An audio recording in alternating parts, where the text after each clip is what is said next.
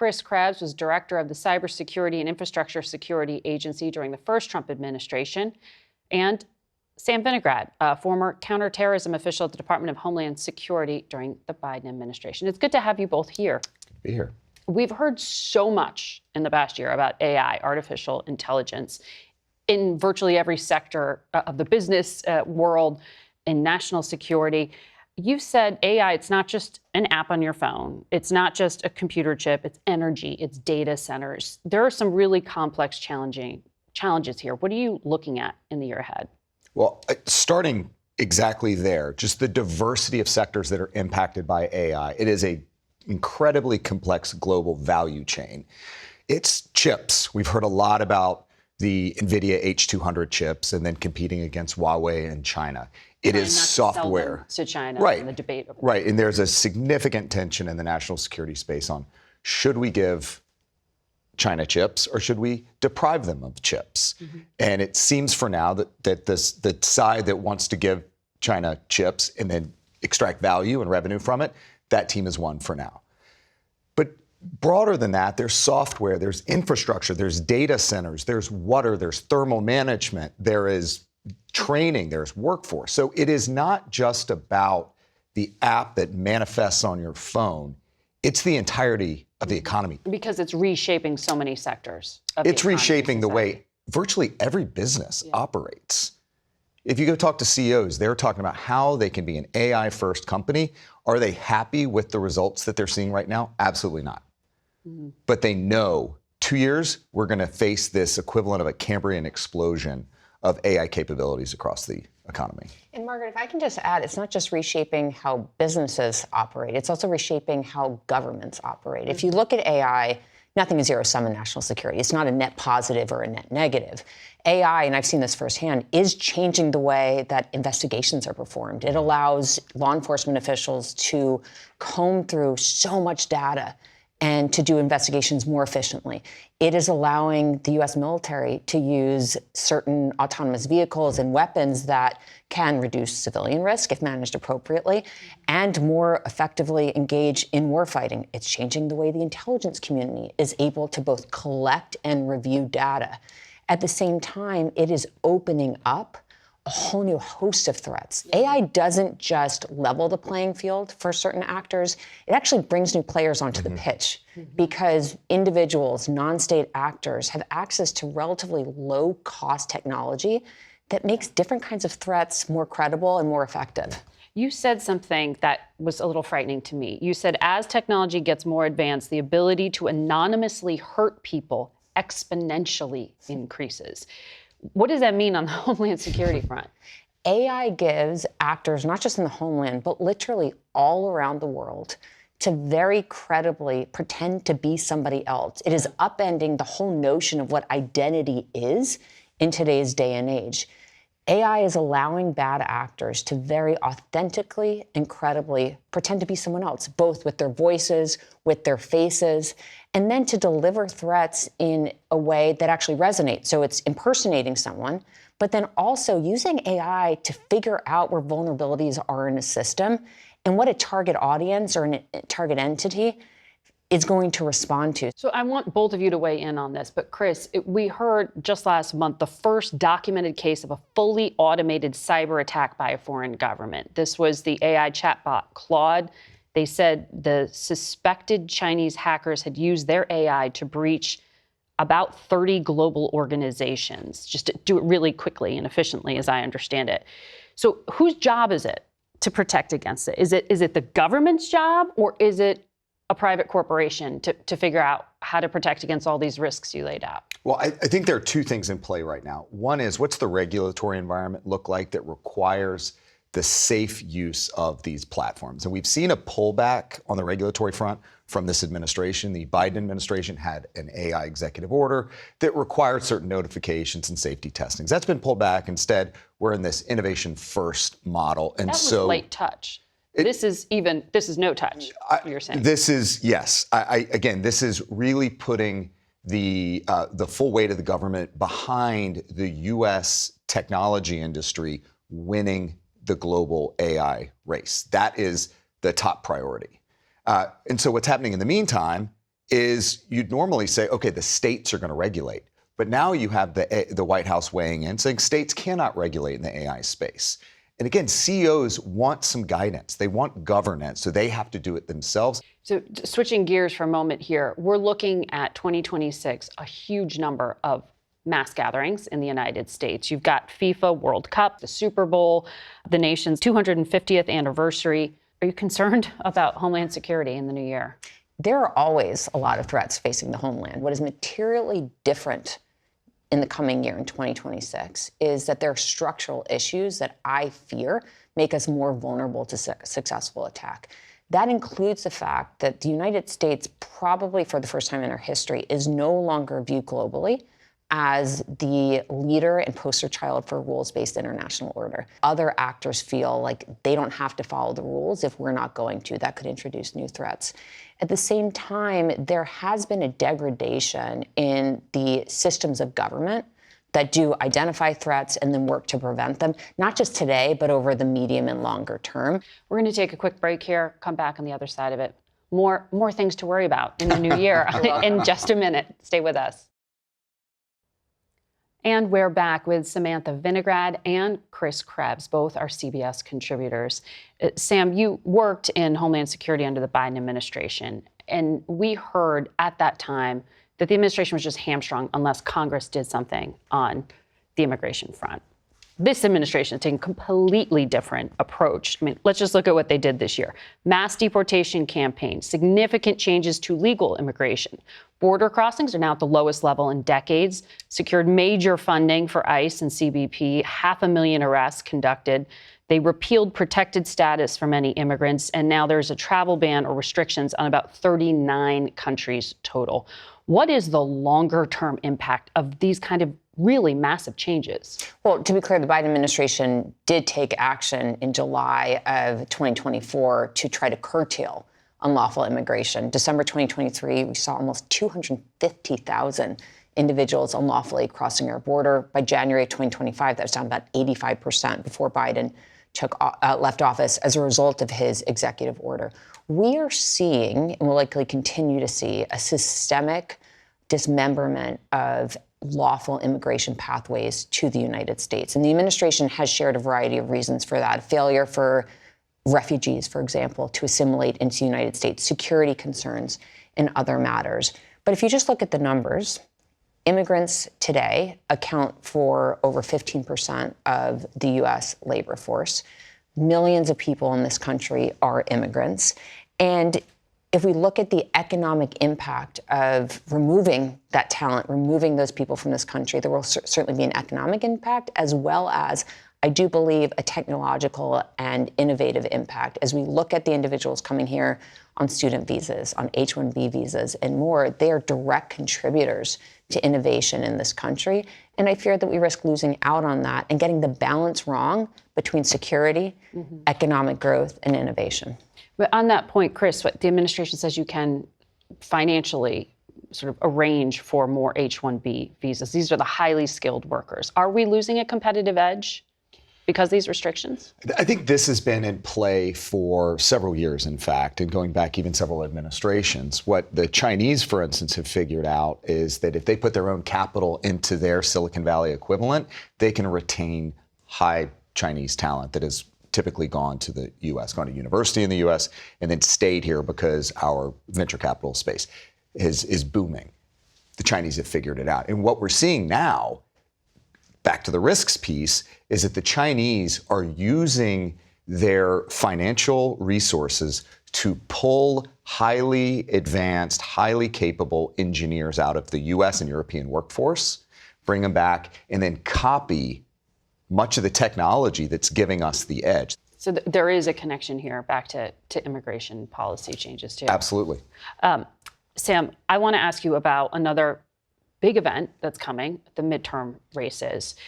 We have seen a lot of political violence or concern about political violence in months past. The assassination of Charlie Kirk, the murder of a Minnesota lawmaker and her husband. We saw Governor Shapiro's Pennsylvania residence burnt. These are just some of the high-profile things. There's more that's happened. What do you anticipate? Should we be fearful of a political environment and elections? Politically motivated violence is probably the threat that keeps me up the most at night, particularly as we look at the year ahead. Undoubtedly, the United States is viewed as one of the largest sources of conflict and homes of conflict in the world today, which is a seismic change if you think about it.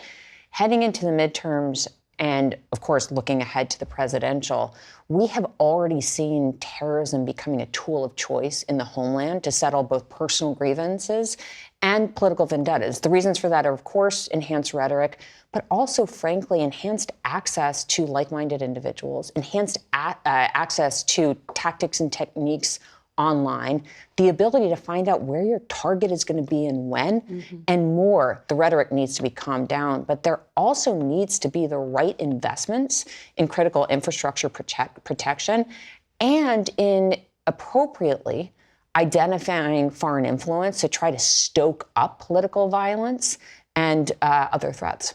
And there have been actual cutbacks in the things you just laid out as necessary tools in terms of the FBI, their task force on foreign influence operations.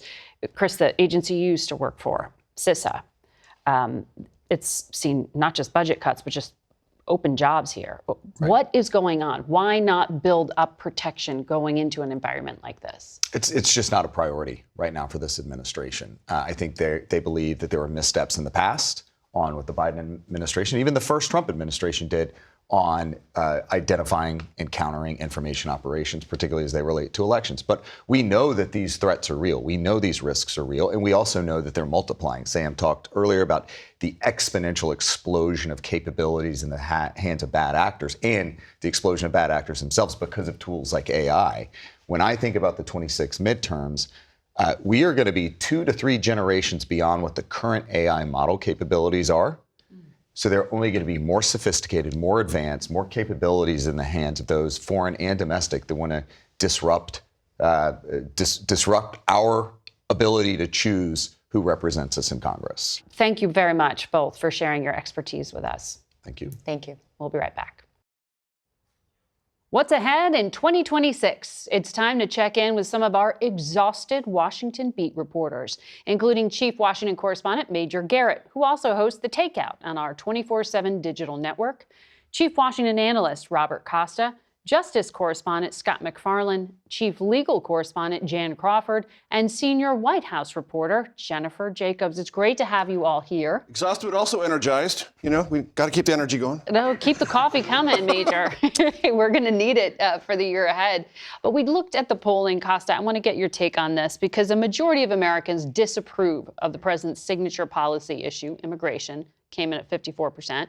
His approval of his handling of the economy, which is his other signature issue he was elected on, is now at 37%, according to our latest CBS poll.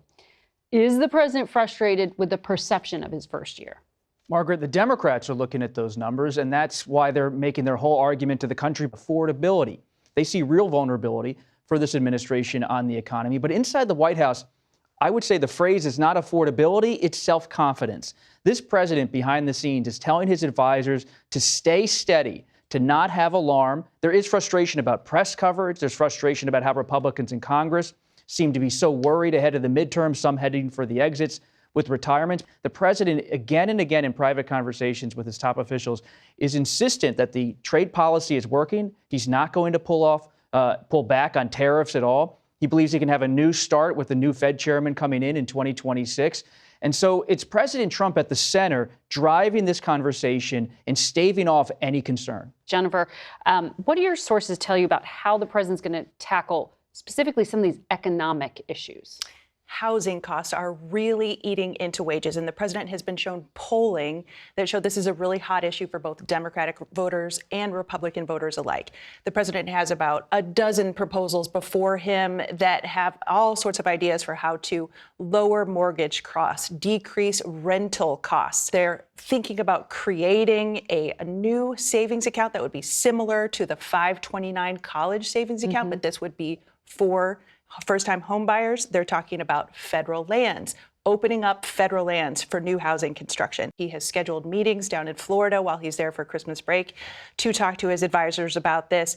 I'm told that the president wants the housing cost issue to be the very first big policy decision that he launches in the new year, sometime January or February. Focusing in on that biggest contributor to inflation, shelter Exactly. costs. Jan, tariffs are at the very heart of the president's agenda, and we know the court is expected to decide soon on the legality on a certain set of the president's tariffs that he justified by citing fentanyl. Should the White House be so confident that they're going to win? I certainly didn't get that impression from the argument. I mean, the Chief Justice, Justice Gorsuch, solid conservatives were asking questions really skeptical of the administration's arguments on tariffs. It was kind of a tale of two arguments, though, because as that case kind of progressed, then they started asking questions skeptical of the other side. So, I mean, I think that anyone that comes out and confidently predicts how the court's going to rule in this case is just wishful thinking. I mean, it could be very close. I could see a 5-4 ruling, Trump losing. I could see a 6-3 decision, perhaps Trump wins. Scott, on the legal front, the president has gone after some perceived enemies in things like executive orders, announced, stripping away of security clearances, even of people who don't even currently have one, but he's made his point. But his attempt to prosecute opponents hasn't been quite as simple. What are you seeing? He campaigned a year ago arguing he'd end the weaponization of the Department of Justice against political enemies. And what do we see in 2025? An awful lot of investigations and criminal cases against his political critics. We saw these flailing attempts to charge James Comey and Letitia James, the New York Attorney General. Those cases were dismissed, and twice in the past few weeks, grand juries have said no to efforts to try to resuscitate the case against Letitia James. Grand juries rarely say no to prosecutors. That was a profound thing. And I think more fundamentally, Margaret, it's not just the cases or the investigations or the calls.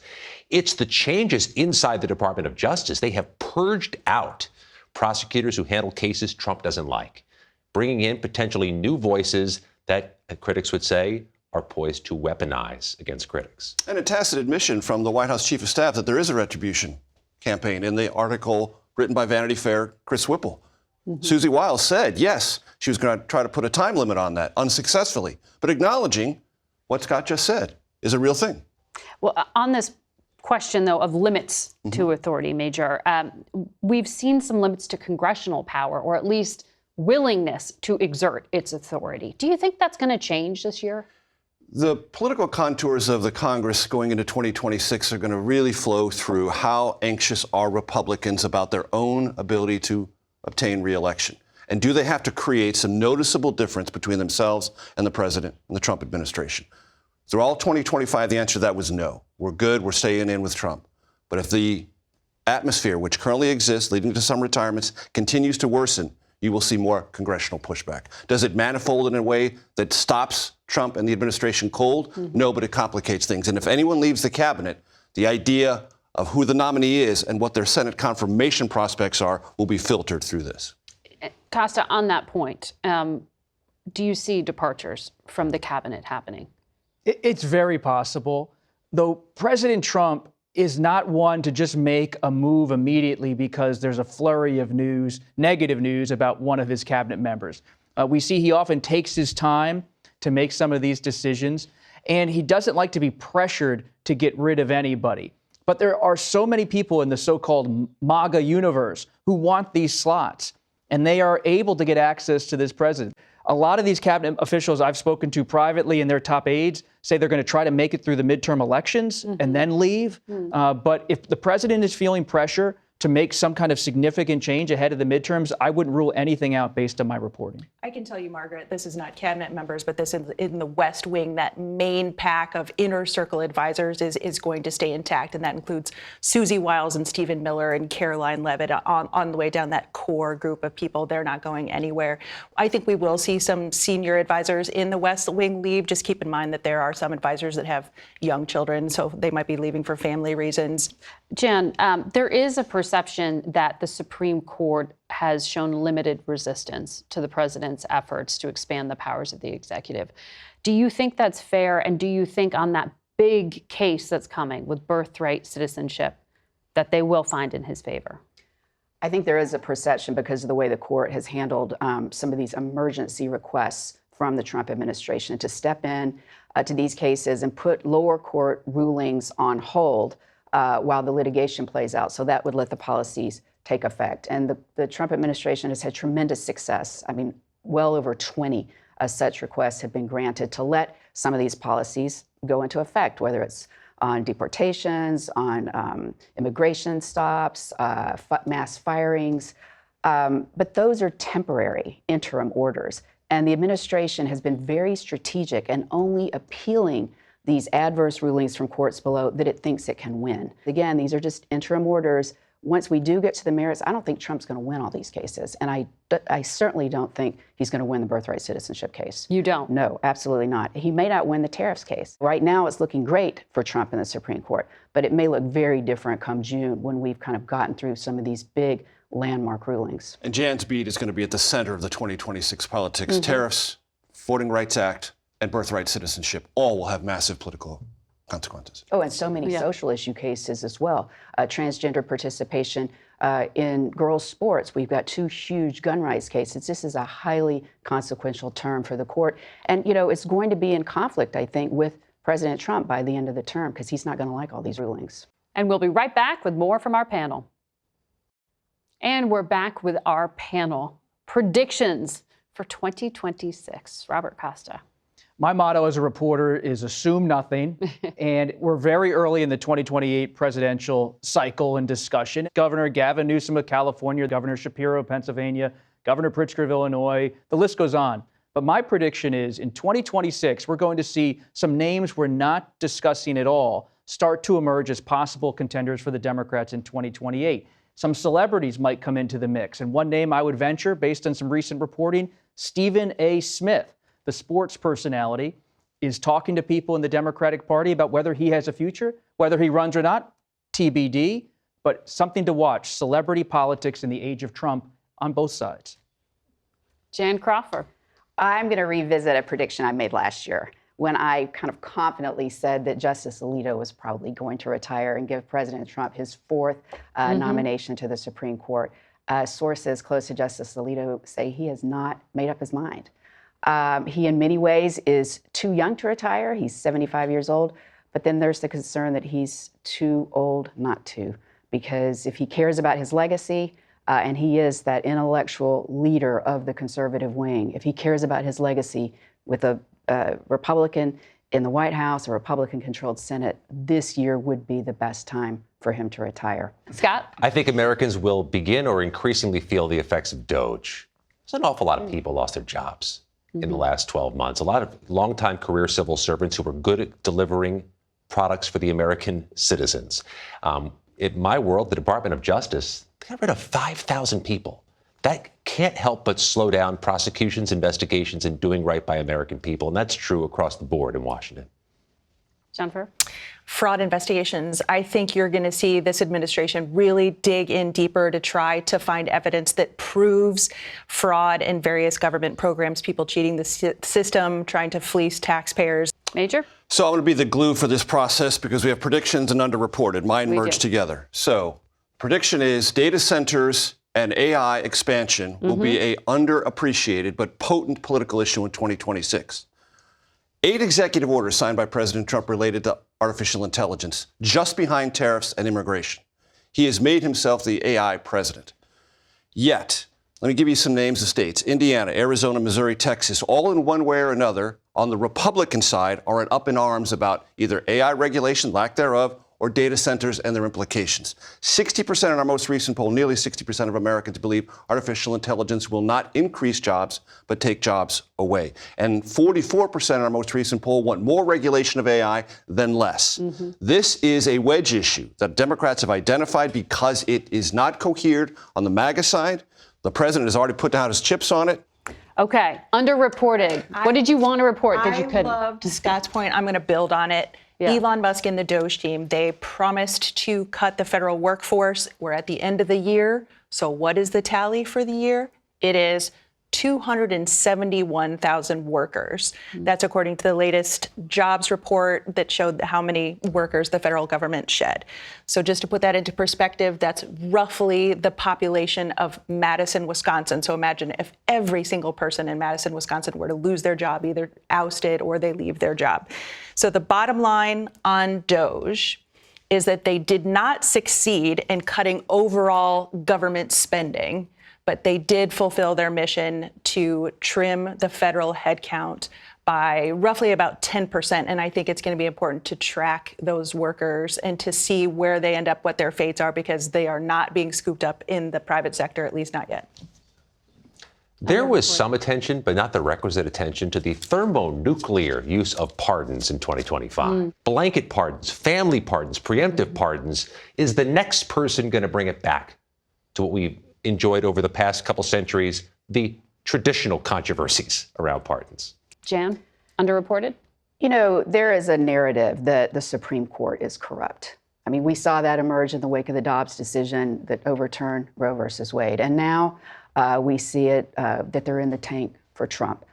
Not only is that narrative over-reported, it is patently false, and it is dangerous for the institution and the public's faith and confidence in the rule of law. This is a conservative Supreme Court. It has been a conservative Supreme Court for 20 years. People can disagree and do disagree with their opinions, but it's profoundly wrong to call it or say corruption where there, in fact, is none. What's underreported is any understanding of what this court's been doing for the past 20 years, its views of its role vis-a-vis the other branches, how it sees the law, how it's trying in its focus to restore some kind of accountability in our constitutional structure. Again, this is a court that is functional. It is consistent.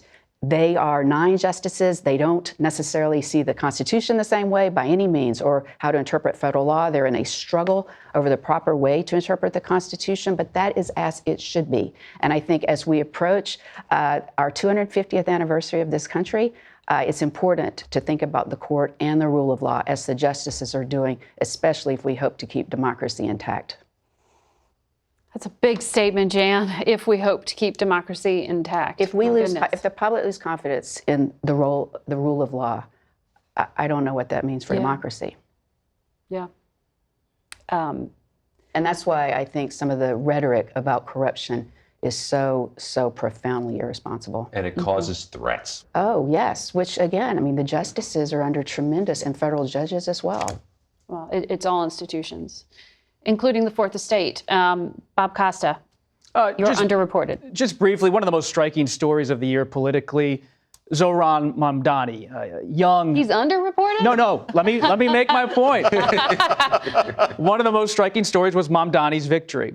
The big question a lot of people have is, well, how does this happen? How does this young Democratic Socialist win in New York City?